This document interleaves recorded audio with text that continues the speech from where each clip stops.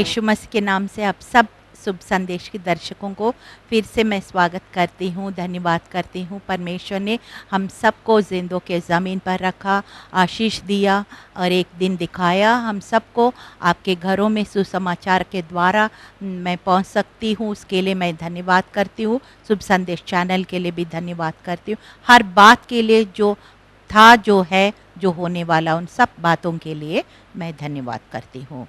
हे परमेश्वर, हम तेरे चरणों में बैठ के प्रभु यीशु हालेलुया, और तेरे वचन को जैसे भजन संहिता 119:18 में लिखा है, तेरे वचन से अद्भुत बात देखने के लिए हमारी आत्मा की, मन की, हृदय की आंखें खोलिए प्रभु, ताकि हम अद्भुत बातों को तेरे वचन से देख सके, सुन सके, ग्रहण कर सके और उस पर चल सके और तेरी आशीषों का वारिस ठहर सके। जयवंत मसीह जीवन बिता सके। यीशु मसीह के जीवित और सामर्थी नाम में इस प्रार्थना को हम मांगते हैं। सुनिए, ग्रहण कीजिए। सारा आदर महिमा आपको देते, आमीन। आज मैंने जो शीर्षक लिया है वो एक व्यक्ति, आप कितने लोग ने इस व्यक्ति के बारे में सुना होगा मुझे नहीं पता। मैंने तो इस व्यक्ति के बारे में कोई प्रचार भी अभी तक नहीं सुना है, लेकिन मुझे बहुत इस व्यक्ति के बारे में बहुत अच्छा लगा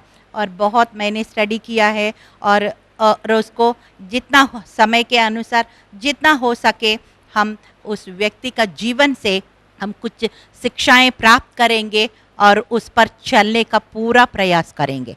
और इस व्यक्ति का नाम है कालेब। कालेब आपने सुना कभी? कालेब का मतलब क्या होता है? होल हार्टेडली, पूरा दिल से, और फेथफुल, वफादार। इसका मतलब है ये व्यक्ति सचमुच में जैसे उसका नाम है वैसे ही वो है, और वो बहुत करेजियस है, फेथफुल है और बहुत बड़ा वॉरियर। परमेश्वर का सेना में बहुत सारे सद्गुण इनके व्यक्ति का जीवन में हम देखते हैं, और कैसे हम उसके बारे नहीं जानेंगे तो उनका गुण को हम कैसे अपना सकते हैं। इसलिए थोड़ा सा हम बाइबल में से इस व्यक्ति के बारे में जानेंगे। और इसका पृष्ठभूमि ऐसा है कि जब आपको पता है इजरायली लोग वायदा देश की ओर मूसा के लीडरशिप में वो जा रहे थे, और ऑलमोस्ट एड्ज का मतलब क्या? वायदा देश तक पहुंचे हैं ऑलरेडी, वहाँ बॉर्डर एड्ज तक, वहाँ तक पहुंच गए थे। और पहुंच गए थे तो परमेश्वर ने मूसा को बोला, चलो अब वायदा देश के पास आ गए आप लोग, तो एक काम करो, तुम जो इजरायली का 12 गोत्र है, 12 गोत्र से 12 लीडर्स को, अगुओं को चुनो, और फिर उनको क्या करो? स्पाई मतलब जासूसी करना है कि भेजो। वो क्या करने के लिए? जासूसी करने के लिए भेजा है। वहाँ में 18 से 20 अगर पढ़ेंगे, समय के कारण मैं सारा वचन नहीं पढ़ सकती हूँ। और फिर जितने लोग इस कालेब के ज़िंदगी बारे जानना चाहते हैं, उनका गुण को जानना चाहते हैं, वो ज़रूर गिनती का 13 और 14 पढ़िएगा, यहोशू का 14 पढ़िएगा। कम से कम ये 3 अध्याय आप पूरा प्रार्थना के रूप में पढ़ेंगे तो बहुत कुछ आप कालेब के बारे में सीखेंगे। और फिर यहाँ पे जब 12 लोग को परमेश्वर ने वायदा देश की पास जाके सर्वे माले स्पाई, जासूसी करने के लिए भेजा, तो क्यों भेजा है? यहाँ 18 से 20 में लिखा है, पहाड़ी देश में जाकर उस देश को देख लो कि कैसे है, उसमें कौन बसे हैं, देखने में बलवान है, निर्बल है, तोड़े हैं, बहुत है, अच्छा है, बुरा है, कि वो कौन सी बस्ती में रहते हैं, तंबुए में रहते हैं, गढ़ में रहते हैं, कि उसका देश उपजाऊ है, बंजर है, उसमें वृक्ष है या नहीं है। ये सारी चीज़ देखने के लिए परमेश्वर ने अगुओं को भेजा है। और फिर सेकंड पॉइंट क्या बोला है? उसने कहा हियाव बांध के चलो, हियाव बांध के चलो, ये सारी देखो। और दूसरी पॉइंट, हियाव बांधे मतलब घबराना नहीं है, कोई भय आपके जीवन में नहीं आना चाहिए। और तीसरा पॉइंट, वहाँ का उपज कुछ लेके आना ताकि हम देख सके, sample, bring some samples of fruit और समथिंग, कोई फल का सैंपल या कुछ थोड़ा सा वहाँ से लेकर आना ताकि हम यहाँ पे देख सके। इस तरह से आदेश मिला है परमेश्वर ने मूसा को बोला और मूसा इन सारे 12 अगुओं को, जो इजरायली का 12 अगुओं को बोला है और उनको जासूस करने के लिए वायदा देश को भेज दिया है। और फिर हम पढ़ते हैं 25वां पद में हम पढ़ते हैं कि 40 दिन के बाद वो उस देश का भेद लेकर लौट आए। जो 12 लोग गए थे ना, जो 12 लोग 40 दिन तक पूरा वहां पे सारे प्रॉमिस लैंड, जहां से, मैं ज्योग्राफी नहीं बोल रही हूँ, कहाँ से कहाँ तक है, वो सारा देश को सर्वे करके वापस लौट आया, अपने रिपोर्ट के साथ वापस लौट आया। फिर क्या बोला, उस रिपोर्ट में क्या लिखा है, मैं 27 से पढ़ रही हूँ। और उसने कहा, उन्होंने मूसा को ये कहकर वर्णन किया, जिस देश में तूने हमें भेजा था उसमें हम गए, उसमें सचमुच दूध और मधु की धाराएं बहती है और उसकी उपज में से यही है, परंतु उस देश के निवासी बलवान हैं और उसके नगर गढ़वाले हैं और बहुत बड़े हैं। और फिर हमने वहाँ अनाक वंशियों को भी देखा है। फिर वहाँ कौन कौन लोग रहते हैं ये सारा लिखा है 29 में। और फिर मैं 30 में पढ़ रही हूँ, ये लोग बोल रहे हैं वहाँ पे लोग बहुत बड़े बड़े हैं, अनाक वंश। अनाक मतलब कौन होते हैं? दानव, जाइंट्स।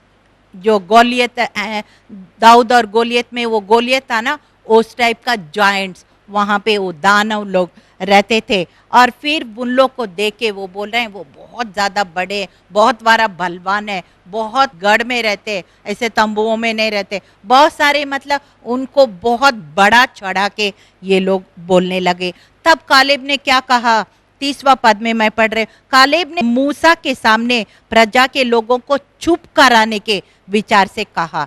कालेब को ये बातें, शत्रु को बढ़ावा देना, प्रॉब्लम को बढ़ावा देना उसको नहीं पसंद आया, इसलिए वो उन लोग को चुप करने का कोशिश करते हुए कहा।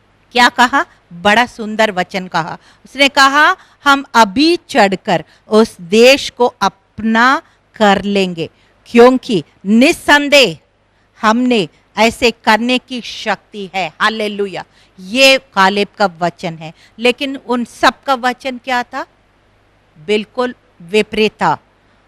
और फिर 33 में क्या लिखा है, बहुत भयंकर तरीके से वो लोग कह रहे हैं कि फिर हमने वहाँ नफिलियों को, अर्थात नफाली जाति वालों को, अनाकी वंशों को देखा और हम अपनी दृष्टि में उनके सामने टिड्डी के समान दिखाई पड़ते थे और ऐसे ही उनके दृष्टि में मालूम पड़ते। वो लोग अपने आप को क्या समझ रहे? टिड्डी समझ रहे, ग्रास होपर मेंटालिटी बोलते हैं इसको। मैं ये कहना चाहती हूँ कि ये शिक्षा, एक शिक्षा हम इसमें प्राप्त करेंगे कि majority is not always right. बहुत लोग एक तरफा हो गया, इसका मतलब ज़रूरी नहीं है वो सही है। लेकिन आम बात क्या होता है?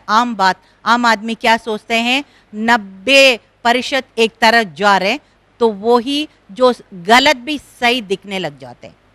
लेकिन ऐसे नहीं है वचन के हिसाब से कि मेजॉरिटी, बाइबल में क्या लिखा? चौड़ा है मार्ग जो विनाश की ओर जाता है और सकड़ा है मार्ग है जो अनंत काल को पहुंचाता है। तो majority is not always right.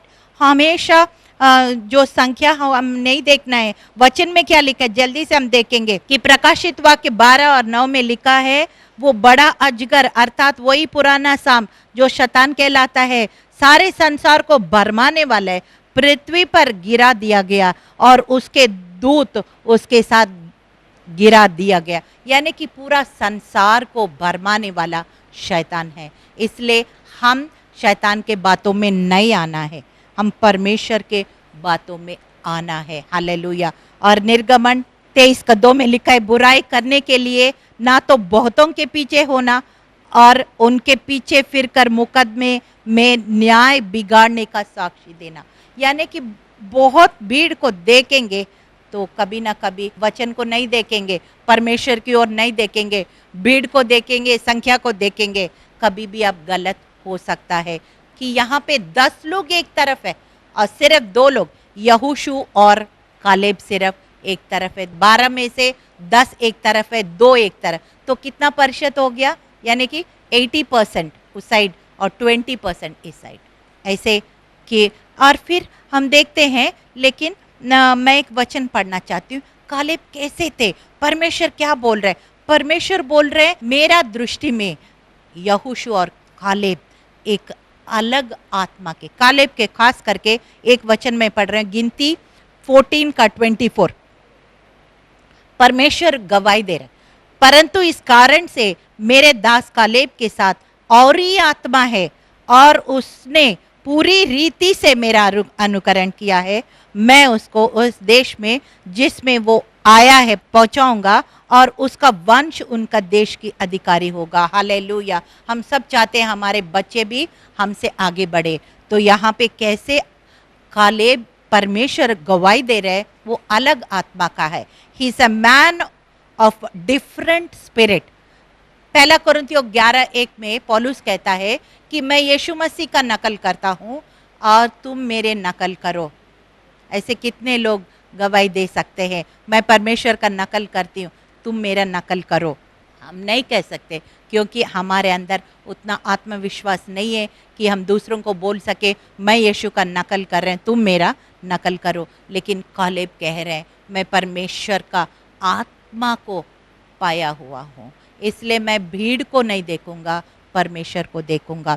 और फिर हमारा शब्द भी बहुत इम्पॉर्टेंट महत्व होता है। याकूब 3 और 5 से 8 में लिखा है ना कि कई बार हमारा सोच नकारात्मक होने से हमारा हृदय नकारात्मक हो जाता है, हमारा मन नकारात्मक हो जाता है, और फिर हमारे मुंह से निकला हुआ शब्द भी ऐसे ही, जैसे एक कैसे मैं बताऊं, एक बीमारी व्यक्ति जैसे आंख में आई फ्लू हो गया और वो क्या करेगा, सबको फैलाएगा वो बीमारी। ये हेल्दी व्यक्ति होता है वो फैलाता नहीं है, लेकिन वो बीमारी व्यक्ति जल्दी फैलाते, मतलब नेगेटिव चीज़ जल्दी फैलता है लेकिन अच्छा चीज़ कम फैलता है। लेकिन इसलिए हम नेगेटिव की तरह ध्यान नहीं देना है। कि याकूब में लिखा है वैसे ही जीभ एक छोटा सा अंग है, बड़ी बड़ी डींगे मारती है, देखो कैसी थोड़ी सी आग कितने बड़े वन को आग लगाती है। जीभ की ऐसे एक आग है, हमारे आगों में अधर्म का एक लोक है और सारी देह पर कलंक लगाती है और भवचक्र में आग लगा देती है और नरक कुंड की आग से जलती रहती है। क्योंकि हर प्रकार का वन, पशु, पक्षी और रेंगने वाला जंतु जलचर मन के वश में हो सकते हैं, और वो ही तो कहने का मतलब है हमारा जीभ से हम क्या बोल रहे हैं बहुत ध्यान रखना पड़ेगा। देखिए, फेथ और फियर, विश्वास और भय, दोनों का रूट वर्ड जो है, ग्रीक वर्ड जो है देखना। भय भी वो देखने से आता है, विश्वास भी देखने आता है, लेकिन वो क्या देख रहे वो मायने रखता है। जब हम अपने आप को देख रहे हैं और शत्रु को देख रहे हैं तो शत्रु बड़ा दिखेगा, क्योंकि हम सेल्फ एंड एनिमी ये अपने आप को देखेंगे, शत्रु हम बड़ा दिखेगा। मैं और मेरा देखेंगे, ओ मेरा पैसा तो इतना ही है, मैं कैसे इस खर्चा कर सकूं, मैं जब मैं देखेंगे तो शत्रु बड़ा दिखेगा, परेशानी बड़ा दिखेगा, परिस्थिति प्रॉब्लम बड़ा दिखेगा। जब अपना दृष्टि को मैं से हटाकर परमेश्वर की ओर लगाएंगे, विश्वास के दृष्टि से उस परिस्थिति को देखेंगे, और हम देखते हैं छोटा सा बच्चा जैसे पापा का हाथ पकड़ दे और बच्चा थोड़ी लड़ेगा, पापा लड़ेगा, हमारे परमेश्वर हमारी तरफ लड़ेगा, और फिर हम उन पर भरोसा रखने से हमारे अंदर डर नहीं आएगा, विश्वास आएगा। तभी कालेब की तरह हम देख सकते हैं, निश्चय हम जाके वायदा देश को अपना सकते हैं, क्योंकि परमेश्वर हमारे साथ में है। दूसरा कुरिन्थियों 5 और 7 में क्या लिखा है कि क्योंकि हम रूप को देखकर नहीं, वो परमेश्वर से चलते हैं। We walk by faith and not by sight. इस आंखों से देखेंगे तो हम प्रॉब्लम को देखेंगे, लेकिन विश्वास के आंखों से देखेंगे, कभी हम अपने आप को कमज़ोर नहीं महसूस करेंगे, अपने आप को टिड्डी जैसे नहीं देखेंगे। परमेश्वर बड़ा है, ये दानव बड़ा है तो हमारा परमेश्वर इससे बहुत गुना पूरा सर्वांतर यामी, सर्वव्यापी, सर्वज्ञानी, उस परमेश्वर के सामने ये दानव क्या है, ऐसे हम देखेंगे। फिर हम कमज़ोर नहीं पाएंगे और घबराहट नहीं आएगा, डर नहीं आएगा, फिर विश्वास आ जाएगा। और फिर जैसे दाऊद और गोलियत, एक छोटी सी वो पत्थर से उसने कितना बड़ा दानव को मार गिराया, ऐसे हमारी परिस्थिति को हम विश्वास के द्वारा बदलने का कारण बन सकते हैं। और फिर हम देखते हैं छठवां शिक्षा हम पाएंगे, human nature by default is rebellion. मतलब मानव स्वभाव जो है कि बाय डिफॉल्ट मतलब स्वाभाविक रूप से इंसान बलवा करता है, आज्ञाकारी नहीं बनता है, क्योंकि हम ये शरीर में रहते हैं ना, ये शरीर हमारी आत्मा के अंदर ही बहुत बड़ा लड़ाई है और इसलिए वो बलवा करने का स्वभाव ही रहता है। लेकिन आत्मा को हम मजबूत करके शरीर को हम कब्जा पाएंगे और आत्मा की चाल चलेंगे, तब हम आज्ञाकारी बनेंगे। तभी ना याकूब 4 और 7 में लिखा, परमेश्वर का वचन के अधीन हो जाओ और फिर शैतान का सामना करो। जब अधीन नहीं होएंगे तो फिर शैतान सामना हम नहीं कर पाएंगे। देखिए यहाँ भी ऐसे ही हो रहा था कि 14 का 8 मैं पढ़ रही हूँ और काले बोल रहे हैं कि इतना बलवा कर रहे हैं लोग, बोल रहे जस्ट एज के पास आके वायदा देश को पहुंचने वाले ही थे, बुड़बुड़ाना कुड़कुड़ाना, इतना बड़ा चमत्कार देख के भी बार बार बलवा करना, बार बार बोल रहे हैं हमको यही मरा दो, क्योंकि हम इतना बड़ा दानव के पास, वो तो हमें कचाकच खा जाएंगे, हम वहाँ क्यों ले जा रहे हैं, ये है वो है, बहुत बारे बातें, क्योंकि वो परिस्थिति को देख रहे, प्रॉब्लम को बढ़ावा दे रहे और मूसा का पूरा विरोध कर रहे। और मूसा, परमेश्वर को भी इतना गुस्सा आया कि इन लोग को सबको यही खत्म करूंगा। मूसा बोल रहे नहीं प्रभु, ये लोग ना समझ है और लोग क्या बोलेंगे। वहाँ जाके उनको मारने के लिए मिस्र देश से ले गया, उनको एक बार और मौका दो, और मैं कितना विनती किया इन लोग के लिए, लेकिन वो इतना ढीठ लोग हैं, वो अपने ऊपर श्राप दे रहे, अपने बच्चों के ऊपर श्राप दे रहे हैं और बुड़बुड़ा रहे, कुड़कुड़ा रहे, इतना बड़ा बड़ा अद्भुत काम को भी देख के भी बलवा करे जा रहे, बलवा करे जा रहे। लेकिन सिर्फ कालेब और यहोशू, यदि यहोवा हमसे प्रसन्न हो तो हमको उस देश में जिसमें दूध और मधु की धारा बहती है पहुंचाकर उसे हमें दे देगा। देखो, यदि हम यहोवा से प्रसन्न हो, और प्रसन्न करना है, परमेश्वर को प्रसन्न करना है, तभी हम उनके आशीषों का बलवा करेंगे तो क्या हो, तलवार से मारे जाएंगे, यही वचन में लिखा है। और वो लगातार बलवा करते जा रहे कि इसलिए इतना मेहनत सारे मिट्टी में मिल गया, इसलिए वो वहाँ पे वायदा देश में पहुँच नहीं पाए और ना मूसा को भी पहुँचने नहीं दिया। इतना इतना बलवा किया है। और फिर परमेश्वर बार बार अवसर दे रहे, मूसा भी उनके लिए विनती कर रहे।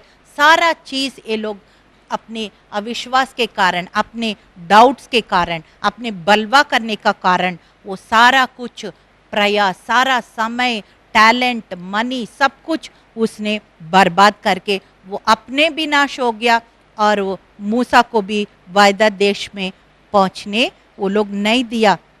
इसलिए जब परमेश्वर मौका देता है, वो जब ढूंढने का भी कृपा का समय है, जब तक हम ढूंढ सकते हैं हमको ढूंढना है। यशायाह 55 और 6 में लिखा है, जब तक यहोवा मिल सकता है तब उसकी खोज करो, जब तक वो निकट है उसको पुकारो। अब जब समय खत्म हो चुका है तब पुकारेंगे तो फिर फायदा नहीं है। लेकिन कालेब और यहोशू बहुत बुद्धिमान और समझदार और धैर्य के लोग हैं, विश्वास के लोग हैं। इसलिए देखिए कितना सुंदर लगा मुझे ये वचन पढ़ते समय। ये मैंने पढ़ा है कि यहोशू 14 का 12, जहाँ पे सारे 45 इयर्स के बाद 85 इयर्स का कालेब हो गया, तब भी कालेब बोल रहे हैं कि मुझे पहाड़ दे दो, सबको समतल मैदान दे दो, लेकिन मुझे पहाड़ दे दो, सबसे मुश्किल जगह। क्योंकि वो याद दिला रहे 45 इयर्स के बाद भी उतना ही ताकत रखता है और उतना ही क्षमता रखता है, शरीर में भी, आत्मा में भी, हर क्षेत्र में उतना ही ताकत रखता है 85 इयर्स में। कितनी बड़ी बात है ना, क्योंकि वो हमेशा पॉजिटिव एटीट्यूड, पॉजिटिव थिंकिंग और पॉजिटिव सब कुछ परमेश्वर के जैसा चाहते हैं वैसे ही व्यक्ति बन गया। इसलिए वो 85 इयर्स में क्या कह रहे हैं कि यहोशू 14 का मैं 12 पढ़ रही हूँ, इसलिए अब वो पहाड़ी मुझे दे जिसकी चर्चा यहोवा ने उस दिन की थी। तूने तो उस दिन सुना होगा कि उसमें अनाकवंशी रहते हैं और बड़े बड़े गढ़ वाले नगर भी है, परंतु क्या जाने संभव है कि यहोवा मेरे संग रहे और उसके कहने के अनुसार मैं उन्हें उनके देश से निकाल दूं। हालेलुया। यानी कि परमेश्वर 85 इयर्स में भी काले बोल रहे हैं, मैं इतना बड़ा जॉइंट्स दानव लोग वहां अभी भी रहते हैं, मैं लड़ने का ताकत रखता हूं जो मैं 40 साल में रखता था, अभी भी वही ताकत रखता हूं और मुझे मालूम है यहोवा मेरे संग है, जरूर मुझे मदद करेगा, क्योंकि युद्ध हमारा नहीं है, परमेश्वर का है। जब हम साइड हो जाते ना, परमेश्वर हमारी तरफ लड़ेगा, जब हम लड़ने लग जाते ना, परमेश्वर साइड हो जाएगा। तो इसलिए आपके चुनाव है कि आप किससे लड़वाना चाहते हैं, अपने ताकत से लड़ना है या परमेश्वर आपकी तरह लड़ना है। तो यहाँ पता है कालेब को परमेश्वर पर मैं भरोसा रखता हूँ और मेरे द्वारा वो लड़ेगा और फिर मैं ज़रूर इन अनाक वंश का दानों को हटाऊंगा और मैं पहाड़ को पाऊंगा, जो बेस्ट जगह और चैलेंजिंग जगह दोनों, वो हीब्रोन कहलाते हैं कि वो हीब्रोन बेस्ट जगह उसने ले लिया है और फिर सबसे बेस्ट जगह उसने पा लिया, जो हीब्रोन, जो दाऊद कुछ समय तक राज्य किया है हीब्रोन, और बहुत सारे जो भक्त लोग वहाँ गाड़ा गया है, एक परमेश्वर का पवित्र जगह है, हीब्रोन को उसने पाया है और उनका वंश ने भी उस जगह को पाया है। आगे हम देखते हैं उनका बेटी भी उस जगह को पा लिया है और फिर उनका वंश भी पा लिया है। और फिर यही व्यक्ति है जो परमेश्वर यहोवा भी उनको गवाही दे रहे हैं कि, और मूसा भी गवाह दे रहे हैं, यहोश भी गवाही दे रहे हैं और खुद भी अपने आप को भी गवाही दे रहे हैं। एक वचन मैं पढ़ रही हूँ 14 का 24, परंतु इस कारण कि मेरे दास कालीब के साथ और ही आत्मा है और उसने पूरी रीति से मेरा अनुकरण किया है, मैं उसको उस देश में जिसमें वो हो आया है पहुंचा दूंगा और उसका वंश उस देश का अधिकारी होगा। जितना वो समय वो जिंदा है वो उस देश का, वायदा देश का अधिकारी होगा और वायदा देश में भी बेस्ट हिब्रोन जगह में वो अधिकारी होगा। उसके बाद उनका वंश भी उस देश का अधिकारी होगा। क्यों?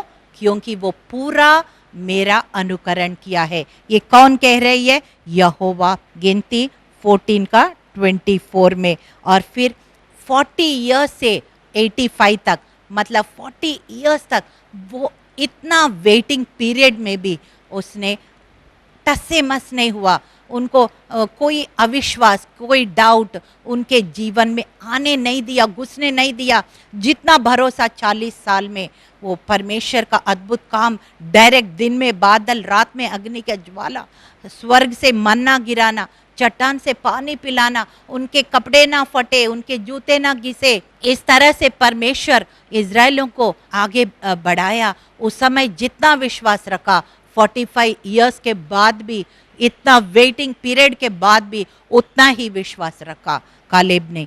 तभी वो कालेब ने परमेश्वर का पूरा आशीषों का वारिस ठहरा। यहोशू और कालेब केवल वायदा देश में पहुंच गया और बाकी लोग वही नष्ट हो गया है। एक वचन मैं पढ़ के समाप्त कर रही हूँ, यशायाह 49:23। इतना सुंदर वचन है जो परमेश्वर के बाण जोते हैं, अपना संदेह को और अविश्वास को घुसने नहीं देते और पूरा भरोसा रख के परमेश्वर के बाण जोते। उनका क्या आशीष है, मैं पढ़ रही हूँ यशायाह 49:23। राजा तेरे बच्चों का निज सेवक और उनकी रानियां दूध पिलाने के लिए तेरी दाइयां होंगे। वे अपने नाक भूमि पर रगड़ कर तुझे दंडवत करेंगे और तेरे पांवों के धूल चाटेंगे। तब तू जान लोगे कि मैं ही यहोवा हूँ। मेरे बाट जोने वाले कभी लज्जित नहीं होंगे। हालेलुया। आप परमेश्वर के बाट जोड़ रहे हैं, आप लज्जित कभी नहीं होंगे। इसलिए मैं चाहती हूँ कालेब की तरह, यहोशू की तरह पूरा दिल से परमेश्वर के अनुकरण करिए, उनका वचन को अपनाइए, थामिए, उनका हथियार को बांधिए और शैतान आज्ञाकारी बनिए और भरोसा रखिए और शैतान से लड़िएगा। जरूर जीत, जैसे कालेब को जीत मिला है, यहोश को जीत मिला है, वायदा देश को अपनाया है, हम भी स्वर्ग का हम वारिस जरूर बनेंगे। यीशु मसीह का न्याय का सिंहासन के सामने अच्छा इनाम को जरूर पाएंगे। चलिए हम छोटी सी प्रार्थना के साथ इस कार्यक्रम को समाप्त करेंगे। हे परमेश्वर, हम धन्यवाद करते हैं प्रभु, कालेब के जिंदगी को हमने देखा है, कितने सारे सद्गुण उनके जिंदगी से हम देखे हैं प्रभु। वो करेजियस था, वो विश्वास था, और फिर पॉजिटिव एटीट्यूड, पॉजिटिव थिंकिंग, हर प्रकार के सद्गुण उनके अंदर पाया जाता है। और पूरी रीति से, पूरा दिल से, तन से, मन से प्रभु, जैसे आपने आज्ञा दिया है इंसान को प्रभु, 2 आज्ञाएं दिया है नया नियम में, पूरा परमेश्वर के अपने तन मन से अनुकरण करो और फिर पड़ोसी से भी प्रेम करो। इस तरह से प्रभु कालेब ने पूरा भरोसा परमेश्वर पर किया और उनके वचन के अनुसार, उनके आज्ञा के अनुसार अपने जीवन को आगे किया। और कितना ऑपोजिशन, विरोध होते को भी उनके प्रभाव उनको अपने ऊपर होने नहीं दिया प्रभु। और प्रभु तेरी ओर पूरा टिके हुए दर्शन को रखा है प्रभु, और तेरी आशीषों का वारिस बना प्रभु, फोकस्ड रहा। इसी तरह हमको भी तेरे क्रूस के ओर हम फोकस्ड रहें। और प्रभु निश्चय हम प्रभु, जैसे आप शैतान के ऊपर क्रूस के द्वारा जय पाया है, हम भी आपके द्वारा जयवंत से बढ़कर बनेंगे, बन चुका है। और हम लगातार आपके ओर, लगातार आपके दौड़ में दौड़ को पूरा करेंगे। पौलुस तर कहने पाएंगे कि अच्छा विश्वास के मैंने दौड़ पूरा किया है और उस ताज का इंतजार कर रही हूँ। ऐसे हम बोलने वाले बन सके प्रभु। सारा आदर महिमा आपको देते यीशु मसीह के जीवित और सामर्थी नाम से इस प्रार्थना को हम मांगते हैं। सुनिए, ग्रहण कीजिए। आमीन, आमीन, आमीन।